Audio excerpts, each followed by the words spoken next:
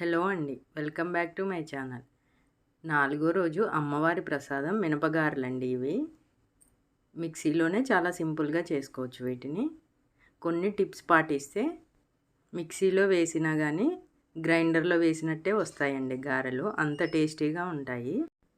ఒక 4-5 గంటలు పప్పుని నీట్గా కడుక్కొని ఇలా నానబెట్టుకోవాలండి. 4-5 గంటలు నానిన తర్వాతకి వీటిని వడకట్టాలండి. ఇలా కొంచెం కూడా వాటర్ లేకుండా వడకట్టుకుంటే సరిపోతుంది. ఇలా వడకట్టిన తర్వాతకి మిక్సీలో 2-3 ఐస్ పీసులు వేసుకొని ఈ పప్పును వేసుకోవాలండి. అప్పుడు పప్పు వేడెక్కకుండా ఉంటుంది. మిక్సీ వేసేటప్పుడు కూడా మనం కూలింగ్ వాటర్ పోస్తే పప్పు అస్సలు వేడెక్కదండి. పప్పుకు తగ్గట్టే వాటర్ ఐస్ పీసులు వేసుకోవాలండి.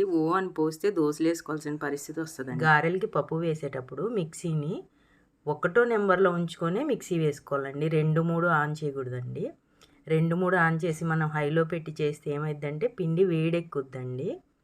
పిండి వేడెక్కితే గారెలు అస్సలు టేస్టీగా ఉండవండి. ఇలా అంతా మిక్సీ వేసుకున్నాక దీనిని ఒక 10-15 నిమిషాలు ఫ్రిడ్జ్లో పెట్టుకోవాలండి. ఇప్పుడు గారెల్లోకి చిన్న మసాలా ప్రిపేర్ చేసుకుందామండి. కొంచెం అల్లం ముక్కలు, కొంచెం కరివేపాకు, 2-3 పచ్చిమిర్చి వేసుకొని ఇవి బరకగా మిక్సీ వేసుకోవాలండి. 15 నిమిషాల తర్వాతకి ఫ్రిడ్జ్లో నుంచి పిండి తీసి ఇదంతా కలిపేసుకొని రుచికి సరిపడా సాల్ట్, కొంచెం జీలకర్ర, కొంచెం తినే సోడా ఉప్పు కలిపేసుకొని ఈ పిండిని బాగా ఫ్లఫీగా వచ్చిందాక స్పూన్ వేసి కలుపుకోవాలండి. ఈ పిండిని మనం ఫ్రిడ్జ్లో పెట్టాం కాబట్టి పిండి కూల్గా ఉంటుంది కాబట్టి మనం స్పూన్తో తిప్పితే బాగా ఫ్లఫీగా వస్తుందండి పిండి. ఇలా చేస్తే గారెలు చాలా టేస్టీగా వస్తాయండి. చూసారా ఎంత ఫ్లఫీగా వచ్చిందో. ఇప్పుడు ఆయిల్ని మీడియం హీట్ చేసుకొని దానిలో ఈ గారెల్ని వేసుకోవాలండి. కావాలంటే మీరు ఏదన్నా ఆయిల్ ప్యాకెట్ మీద గారెలాగా చేసుకొని వేసుకోవచ్చు, లేదా ఇలా చేతితో కూడా చేసుకొని వేసుకోవచ్చండి. ఈ టిప్స్ పాటిస్తే ఫస్ట్ టైం చేసే వాళ్ళకు కూడా గారెలు చాలా టేస్టీగా వస్తాయి. ఒక్కోసారి కొంచెమే పప్పు పోసి గారెలు చేయాలి అంటే ఇలా మిక్సీ వేసి చేసుకోవచ్చండి. చాలా బాగుంటాయి గారెలు మిక్సీలో కూడా. ఈ టిప్స్ పాటించి చేయండి, గారెలు చాలా టేస్టీగా క్రిస్పీగా వస్తాయండి.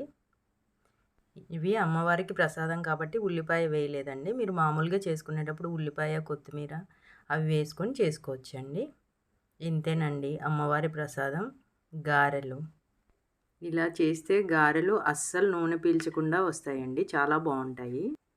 అంతేనండి, 4వ రోజు అమ్మవారి ప్రసాదం గారెలు రెడీ.